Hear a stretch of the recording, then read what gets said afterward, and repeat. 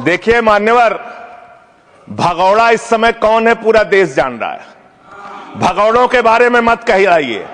देश का प्रधानमंत्री गैस के संकट के इस समय में किस गुफा में छुपा हुआ है, पहले उसको निकाल के लाइए। पहले उसको निकाल के लाइए। प्रधानमंत्री किस गुफा में छुपे हुए हैं? प्रधानमंत्री के बारे में आप हमारे ऊपर टिप्पणी कर रहे हैं, का प्रयोग नहीं करेंगे। आप हमारे ऊपर टिप्पणी कर रहे हैं, ये आप हमारे ऊपर टिप्पणी कर रहे हैं। पूरा देश गैस की लाइनों में खड़ा है, प्रधानमंत्री गुफा में छिपे हुए हैं। प्रधानमंत्री को निकाल के लाइए, प्रधानमंत्री को निकाल के लाइए। मुद्दों पे बात नहीं करेंगे। इस्तेमाल किया है, ये शब्द ठीक नहीं है। अरे मान्यवर, आप मेरा समय जा रहा है। मान्यवर महोदय, मान्यवर मेरा समय जा रहा है, कृपा करके समय।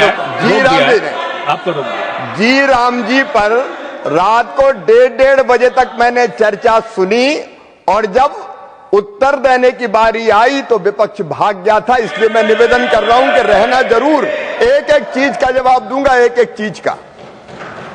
दूसरी चीज है, जो भगोड़ा शब्द है उसको उसमें शामिल नहीं करेंगे।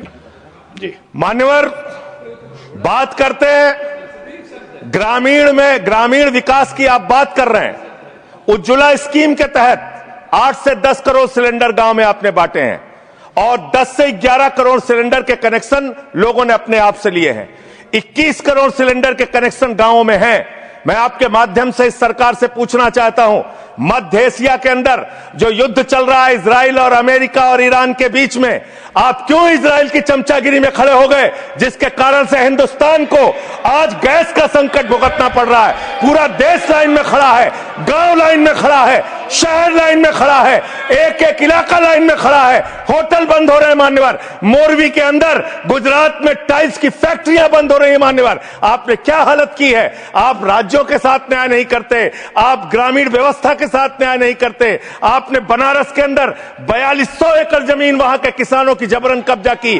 2013 का जो अधिकरण का नियम है वो नियम आपने लागू नहीं किया। वहां लाठियों से किसानों को पीट के प्रधानमंत्री के संसदीय क्षेत्र में जमीनें कब्जा करने का काम आपने किया। जो पंजाब पूरे देश का पीडीएस सिस्टम चलाता है, 50% भागीदारी पंजाब के किसानों की होती है। आपने पंजाब के रूरल डेवलपमेंट का 8000 करोड़ रुपए मार के बैठे हुए। आप बताइए क्यों आपने पंजाब का हिस्सा नहीं दिया, क्यों आप वहां के साथ सौतेला व्यवहार कर रहे हैं। बताइए इस देश को और पंजाब के लोगों को। वहां पर बाढ़ आई, आप भी गए थे मंत्री जी वहां पे दुख जताने के लिए। आपने वहां की भयावह परिस्थितियों को देखा था। बावजूद इसके 1600 करोड़ रुपए की मदद आपने घोषित की थी, 16 पैसे आपने पंजाब को नहीं दिए। 16 पैसे, यह आपकी दुर्भावनापूर्ण नीति है जो राज्यों को भुगतनी पड़ रही है, जो देश को भुगतनी पड़ रही है। और ग्रामीण विकास के नाम पर आपने इस देश के गांव में रहने वाली जनता को लगातार धोखा देने का काम किया है,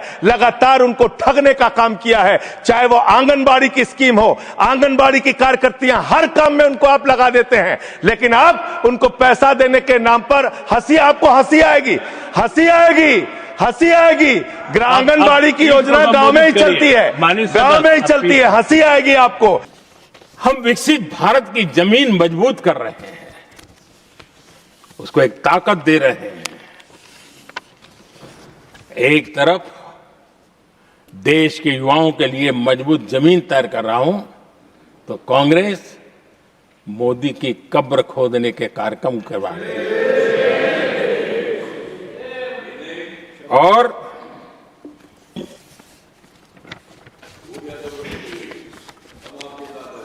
मोहब्बत की दुकान खोलने वाले मोदी तेरी कब्र खुदेगी के नारे लगा रहे हैं जी। ये कौन सी मोहब्बत की दुकान है जो देश के ही किसी नागरिक के कब्र खोदने के सपने देखती हो। ये कौन सा संविधान से उन्होंने सीखा है जो देश के ही किसी नागरिक के कब्र खोदने की बात करते हो। क्या ये संविधान का अपमान नहीं है? क्या ये मानवता का अपमान नहीं है? क्या ये सार्वजनिक जीवन की मर्यादाओं का अपमान नहीं है? और उनको इसका कोई खेद नहीं है। अगर इसके बाद क्या बयान देंगे, बयान देखो, प्रधानमंत्री राज्यसभा में भी रो रहा था।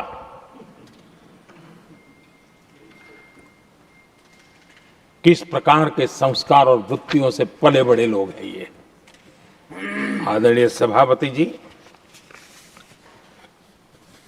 मेरे लिए कोई अनुभव मेरा बहुत पुराना है। 2002 से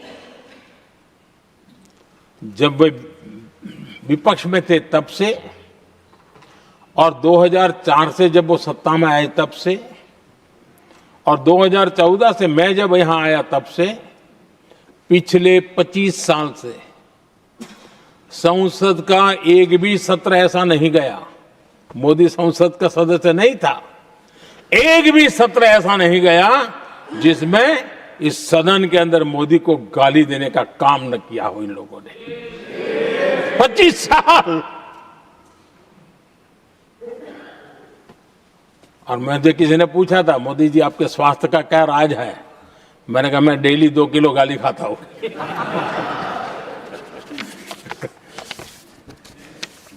आदरणीय सभापति जी, ये मोदी की कब्र क्यों खोदना चाहते हैं?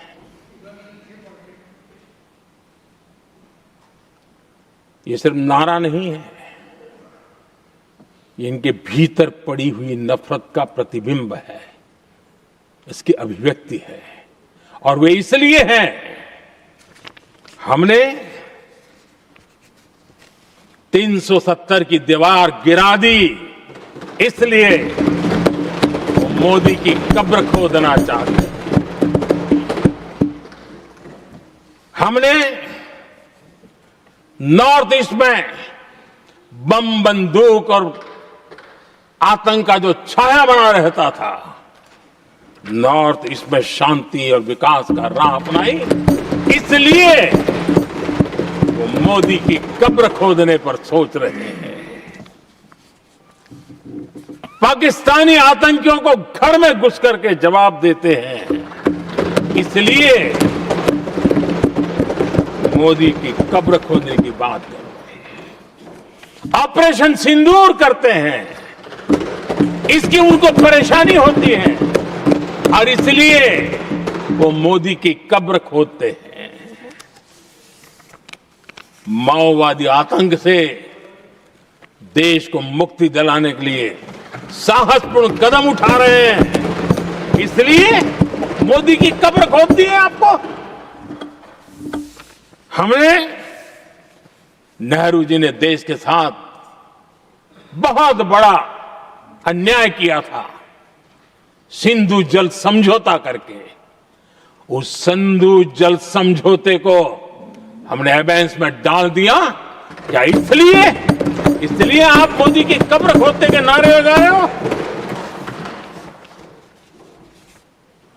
आदरणीय सभापति जी, कांग्रेस की परेशानी कुछ और है। ये पचा नहीं पा रहे कि मोदी यहां तक पहुंचा कैसे,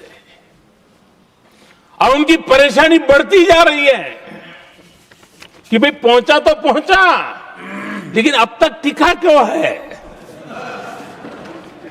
और इसलिए वे, एक ही रास्ता उनके लिए बचा हुआ लग रहा है कि मोदी तेरी कब्र खुदेगी। आदरणीय सभापति जी, ये तो मान करके बैठे थे। उनका लोकतंत्र, संविधान का कोई लेना देना नहीं। उनको तो लगता है कि प्रधानमंत्री पद उनके परिवार की जागीर है, उस पर कोई और बैठ नहीं सकता। ये जो उनके भीतर में नफरत पड़ी हुई है ना, मोहब्बत की दुकान में जो आग भरी पड़ी हुई है ना, उसका परिणाम है। और इसीलिए कोई क्यों बैठा, हमारा पैतृक अधिकार था, इसलिए मोदी की कब्र खोदने का नारा लेकर के वो चल रहे हैं।